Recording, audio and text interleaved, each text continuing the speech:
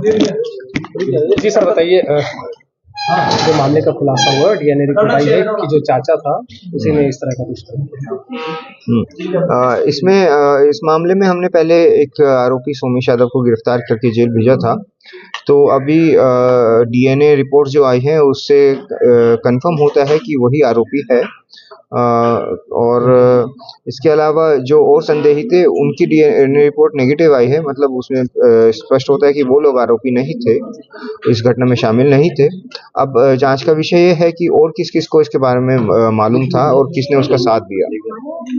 तो सर जो बच्चे की जो बॉडी थी वो कार तक कैसे पहुंची? हाँ, वो जांच का विषय है। वो लोग आगे हमें यही जांच करनी है और इसमें कैसे बच्ची की डेड बॉडी वहाँ तक पहुंची और इसमें कौन शामिल था, क्या उसने डायरेक्ट किया या फिर उसके साथ कोई और शामिल था, ये हम लोग अभी विवेचना कर रहे हैं। मतलब सर डीएनए में ये तय हो गया कि चाचा ही आप।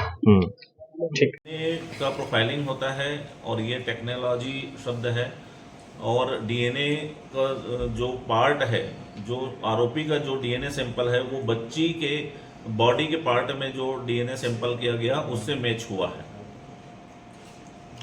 और चूंकि ये विवेचना का पार्ट है और विवेचना में है, संवेदनशील मामला है, इतना बताना पर्याप्त है। इस कारण से भी चूंकि ये माननीय न्यायालय में ये जाएगा रिपोर्ट, इसलिए इस पूरी रिपोर्ट को प्रति को हम ऐसा उजागर नहीं कर सकते। पीएम रिपोर्ट आ गई सर? पूरी पीएम रिपोर्ट आ गई है। सेक्सुअल असाल्ट होना पाया गया है और सेक्सुअल असाल्ट के कारण शॉक से कॉर्पोरेटिव अरेस्ट पाया गया है। सर एसआईटी कब तक कंप्लीट कर लेगी इसकी जांच? और इसमें बहुत जल्दी ही हम इसमें जांच करके चार्जशीट माननीय न्यायालय में पेश कर देंगे और स्पीडी ट्रायल का अनुरोध भी करेंगे। सर इसमें जो बातें जो घर वाले लगातार उनकी जो बच्ची की माँ या फिर बाकी जो घर वाले खुलकर मीडिया में आकर कह रहे हैं कि पुलिस ने गलत कार्रवाई की, तो क्या वो ऐसा कुछ लगता है कि कोई ये कुछ कर रहे हैं, साजिश कर रहे हैं? देखिए, कहने के लिए कोई भी कुछ कहे, वो स्वतंत्र हैं। हम बच्चों जो परिवारजन हैं उसके यहाँ रोज जाके बयान ले रहे हैं। हमारे सामने ऐसी किसी प्रकार की कोई बात उन्होंने नहीं की है। लगातार वो हमारे सहयोग कर रहे हैं, विवेचना में सहयोग कर रहे हैं। हम पर उन लोगों ने भरोसा जताया है और हम फैक्ट के आधार पर काम करते हैं। किसी के कहे सुने बातों पर या कोई क्या कह रहा है उसका जवाब देने के लिए उत्तरदायी नहीं है। सर बात कही जा रही थी कि सिगरेट्स जलाया गया है, तो क्या पीएम रिपोर्ट में आया है क्या? पीएम रिपोर्ट में दाग आए हैं, ऐसा स्पष्ट नहीं हो पाया है। बॉडी सर कैसे लाया गया कार तक, कब और कैसे लाया गया, इसकी कोई जानकारी? ये इसमें दो चीजें क्लियर हो गई है। पहले वो जो जिस तरीके से गुमराह करता रहा, ऊपर छत जो उसका रूम है, इवन उसमें और भी जो विवेचना के पार्ट हैं, डीएनए के सैंपल्स हैं, वो भी मैच कराए गए हैं। सारा चीज़ क्लियर है। वहाँ से कार का एक दरवाज़ा खुलता है, ये लगभग सबको वहाँ पता है।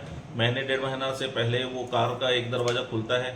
इवन जो आरोपी है उसको भी पता था, उसने भी अपने पूछताछ में बताया है कि मुझे मालूम है, और ऊपर से ला करके वो नीचे कार में रख दिया, स्वीकार करना बताया है। मेमोरेंडम में सारे कथन में, मेमोरेंडम के साक्ष्य में सारी चीज आ गए हैं। सर एसिड डालने वाली बात आई थी, उसमें तो नहीं है एसिड की बात, ये उठी हुई बात है। ऐसा कोई पीएम रिपोर्ट में नहीं आया है। जो चोट के निशान है सर शरीर पे, वो उसका कॉज ऑफ डेथ तो आपने बता दिया, लेकिन जो चोट के निशान है, जो पील ऑफ हुआ था, वो गर्मी के कारण हुआ था, ऐसा स्पष्ट है उसमें। सर जिस जगह पर कार रखी हुई थी वहाँ आसपास सीसीटीवी जो कैमरा वहाँ लगा हुआ है, ये दुर्भाग्य कहिए कि वो सुबह 6 बजे बंद कर देते हैं, शाम को 6 बजे फिर से चालू करते हैं। इस कारण से वो नहीं आ पाया, नहीं तो सेम डे सारा एविडेंस आपके सामने। सर आरोपी से पूछताछ में ये बात क्लियर हुई थी कि आरोपी से पूछताछ में दरिंदगी की जो बात हो रही थी कि उसने दरिंदगी की, उसने पूछताछ में पुलिस से पूछताछ में स्पष्ट स्वीकार किया है। तभी आरोपी को इतने बड़े स्टेप, इस संवेदनशील मुद्दे पर हम किसी को जबरदस्ती या कोई बिना एविडेंस के इतना बड़ा स्टेप कोई नहीं लेता। हम पूरी संजीदगी के साथ, संवेदनशीलता के साथ, पूरे एविडेंस के साथ, पूरे प्रामाणिकता के साथ हम इस केस में आगे बढ़ रहे हैं, विवेचना कर रहे हैं। जैसे कि आपने बताया कि सीसीटीवी कैमरा जो है वो 6 बजे बंद कर दिए, चालू होते थे शाम को, तो 6 बजे के बाद की कोई एक्टिविटी उसमें नजर आई? क्योंकि बॉडी जो है वो 8 से 10 के बीच में मिली है। उसमें वो पहले से चूंकि रखा गई थी, 10 साढ़े 10 बजे के आसपास ही रखा गई है, तो उसमें कोई एक्टिविटी नजर नहीं आई। सर जो इंट्रोगेशन हुआ था उसमें इंट्रोगेशन में किस किस को पैरेलली ये विवेचना का पार्ट है। अब बाकी सारी चीजें जो हमें बतानी थी, जो मुख्य विषय था, वो हमने आपके सामने रख दिया है।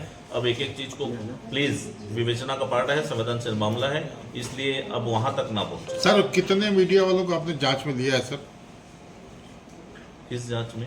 वो पास्को एक्ट में जो नाम लिखा है कितने कितने? नहीं, हमने आपसे अनुरोध किया है, देखा है जरूर। हम आपसे अनुरोध किए हैं कि अगर कोई ऐसा किए हुए हैं तो वो हटा लें। हमने धारा भी आपको बता दिया, इसके पहले नहीं बताया था। सजा कितना सर? 6 महीने से लेकर 1 साल तक तो भी फास्ट ट्रैक कोर्ट में ही होगा सर उसका भी? इसी के साथ ही चलेगा।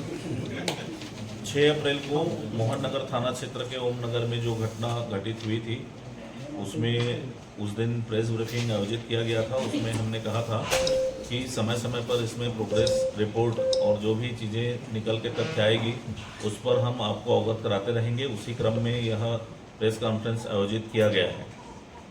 इसमें हमारी विवेचना कंटिन्यू चल रही है। एसआईटी की जांच जो टीम थी वो भी उसमें कंटिन्यू जांच कर रही है, और इसमें कुछ फैक्ट हैं, कुछ तथ्य हैं, वो और सामने आए हैं, इसको लेकर के आज उपस्थित हुए हैं। जो आरोपी था, वो जिस सोमेश यादव जो आरोपी था, वो कंटिन्यू हमें गुमराह करता रहा और जिस तरीके का वो बात बताते रहा, उसी क्रम में ही उस दिन की विवेचना आगे बढ़ी थी।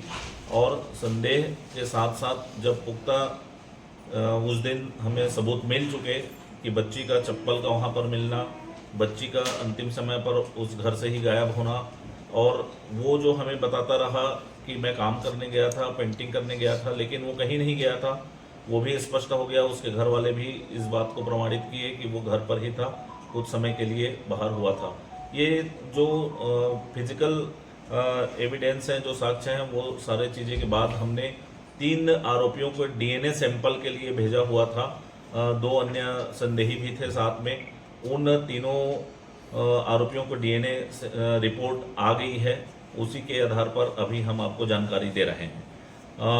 जो पीएम के समय पोस्टमार्टम करते हुए डॉक्टर की टीम ने जो बच्ची के शरीर से डीएनए के लिए सैंपल सुरक्षित रखे थे, उस सैंपल का मिलान 3 आरोपियों जो संदेही आरोपी थे उनके डीएनए सैंपल से मैच जब कराया गया है, रिपोर्ट अनुसार रिपोर्ट जो आई है उसमें डीएनए का जो सैंपल है वो सोमेश यादव का पाया गया, स्पष्ट रूप से प्रमाणित हो गया। तो जो पहला इसमें हमारा जो आरोपी जिसको मान के चल रहे थे वो प्रमाणित हो गया है, कन्फर्म हो गया है, किसी प्रकार का कोई संदेह की गुंजाइश इसमें नहीं है। अन्य संदेही जो थे उनके भी डीएनए के सैंपल हम लिए थे, उसको भी मैच कराने के लिए भेजे थे, उनका किसी प्रकार का कोई मैचिंग नहीं हुआ। इस आधार पर और पूर्व के जो साक्ष्य के आधार पर, और उसके अलावा भी उन लोगों ने जो बातें कही थी कि हम यहाँ थे, इस जगह पर वो बताए थे, उस जगह पर वो पाए गए, लोगों से पूछताछ की गई, तस्दीक की गई तो वो सही पाए गए थे। इस आधार पर उनकी जो संदेही जो अन्य थे उनका नाम स्पष्ट नहीं हो पाया। अब इस घटना होने के बाद और किसको किसको जानकारी थी जो वो बता रहा था आरोपी अपने बयान में, उसकी तस्दीकी कि घर वाले तो नहीं जान रहे थे और कौन कौन जान रहे थे इस घटना को, इसकी विवेचना अभी ओपन है। हमारी एसआईटी की टीम और मोहन नगर थाने की टीम उसमें अभी भी विवेचना करेगी, पूछताछ करेगी। इसके अलावा चूँकि ये मामला बहुत संवेदनशील है, गंभीर किस्म का है, पॉक्सो एक्ट के तहत इसमें कार्रवाइयाँ हुई है, तो इसमें बच्ची का नाम, न ही उसका चित्रण, न ही उसका फोटो, न ही उसके घर का अता पता और किसी प्रकार की कोई चीज़ देने में बंदिशें रहती है।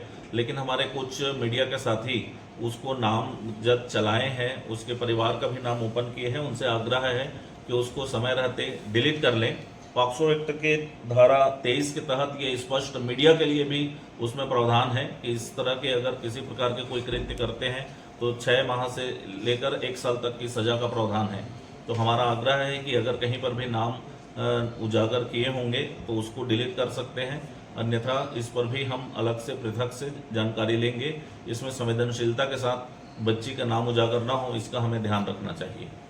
सर पार्ट्स को क्या नाम है जो अभी डीएनए टेस्ट हुआ है